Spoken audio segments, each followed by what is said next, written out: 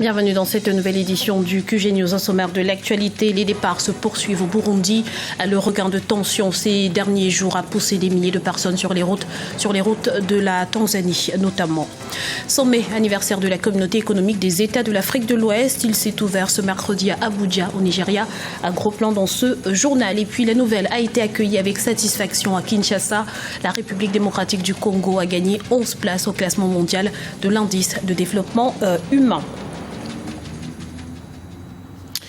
Mais avant de développer ces titres, l'étau se resserre autour de Guillaume Soro. Le président du Front populaire ivoirien, Pascal Affi-N'Guessan, a appelé ce mercredi 16 décembre à la démission du président de l'Assemblée nationale de Côte d'Ivoire, estimant que ce dernier a, je cite, déshonoré le pays. Rappelons que Guillaume Soro est impliqué dans 2 affaires, dont une avec la justice française, à la suite d'une plainte de Michel Gbagbo, fils de l'ex-président Laurent Gbagbo, pour enlèvement, séquestration et traitement dégradant et inhumain. Ce sont les victimes collatérales de la crise politique au Burundi. Le flot de réfugiés fuyant les violences ne se tarit pas et c'est la Tanzanie qui en accueille le plus grand nombre. Les détails avec Omo Kalsomba. Depuis le mois d'avril 2015, plus de 200 000 personnes ont fui les violences occasionnées par la crise politique au Burundi. Débordées, les organisations humanitaires appellent au secours et insistent sur la nécessité de trouver une solution efficace pour résorber la question de l'afflux massif des réfugiés. Récemment, le haut-commissaire des Nations Unies aux réfugiés et ses partenaires ont installé de nouveaux camps en Tanzanie, à une trentaine de kilomètres de la capitale. Ici, les populations manquent de tout. Beaucoup sont encore sous le choc après avoir assisté aux violences dans leur pays, le Burundi. Le plus dur était notre voyage à la frontière de la Tanzanie. Nous sommes tombés dans les mains des voleurs. Ils ont pris tout ce que nous avions sur nous. Le camp de Nyarugusu, en territoire tanzanien, accueille pour la plupart des réfugiés burundais et congolais. Il est considéré comme l'un des camps de réfugiés les plus surpeuplés au monde. Le programme de désengorgement, actuellement en cours, devrait permettre d'améliorer les conditions de vie des réfugiés.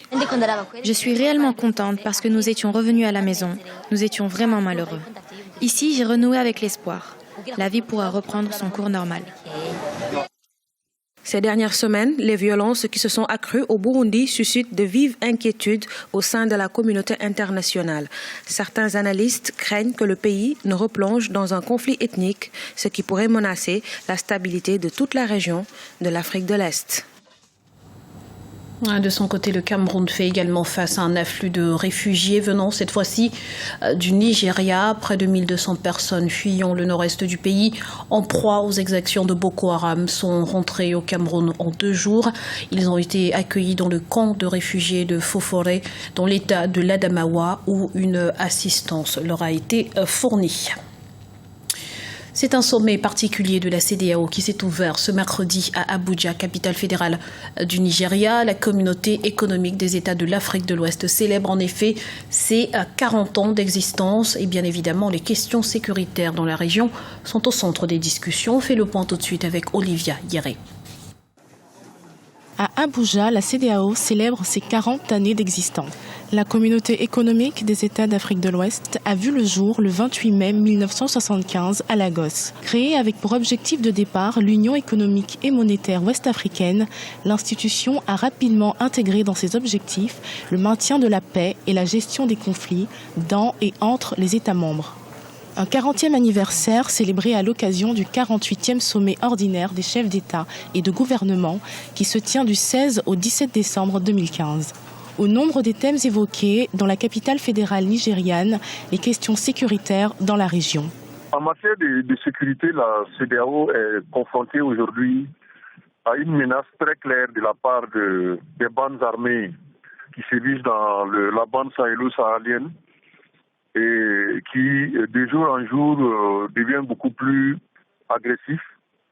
Et je pense que les renseignements donnent la probabilité de nouvelles attaques sur des pays comme le Mali, le Niger aussi, mais un peu aussi le Burkina. Du coup, la CEDEAO se trouve confrontée à cette nécessité de proposer une réaction très rapide et efficace. Autre point à l'ordre du jour au sommet de la CEDEAO d'Abuja, les élections présidentielles organisées en 2015. Le Burkina Faso a notamment été cité à la tribune comme modèle de construction démocratique et le président de la transition burkinabé, Michel Kafando, félicité pour son action. Selon le président en exercice de la CEDEAO, Macky Sall, ce bilan positif participe au renforcement de la démocratie dans la région ouest africaine. L'année qui s'achève témoigne de la consolidation de l'ancrage démocratique de notre sous-région, où 5 pays membres de notre organisation ont en effet tenu des élections apaisées, libres et transparentes. Je fais le pari optimiste que les 5 pays membres qui tiendront des élections en 2016 nous donneront chacun autant de motifs de satisfaction et de fierté. En 2016, le Cap-Vert, le Bénin, le Ghana, la Gambie et le Niger organiseront ainsi plusieurs scrutins, notamment présidentiels. 186e à 176e. La République démocratique du Congo a gagné 11 places dans le classement 2015 sur l'indice du développement humain. Une performance attribuée aux bons résultats obtenus par le pays en matière d'espérance de vie et de santé notamment. Reportage de notre correspondant Jacques Amboka. La République démocratique du Congo occupe la 176e place sur le 188 dans le classement mondial du développement humain 2015. Le rapport présenté ce mercredi 16 décembre à Kinshasa souligne le progrès réalisé dans plusieurs secteurs, notamment celui de l'éducation. Un travail de longue haleine qui doit se poursuivre par la diversification de l'économie en mettant l'accent sur la promotion de l'emploi. Les réformes vont continuer, elles vont même s'intensifier. Les stratégies de suivi et évaluation de l'exécution du programme économique du gouvernement vont se poursuivre. Et si ces stratégies qui visent notamment la diversification de l'économie nationale avec la stratégie des parcs agro-industriels qui voit aujourd'hui l'économie congolaise commence à restructurer la contribution des différents secteurs dans la formation du PIB. Le rapport mondial 2015 montre une évolution progressive et constante de l'indice de développement humain dans tous les groupes et régions du monde. La RDC, qui a connu une réelle performance par rapport à l'année 2013, affiche une nette inversion du rythme de croissance de l'IDH.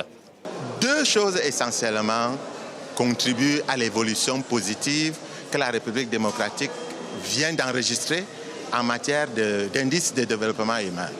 La première chose, c'est l'expérience de vie. Le deuxième aspect, c'est la scolarisation. Et toutefois, on ne doit pas oublier qu'effectivement, sur le plan de la croissance économique, il y a eu aussi un bond prodigieux.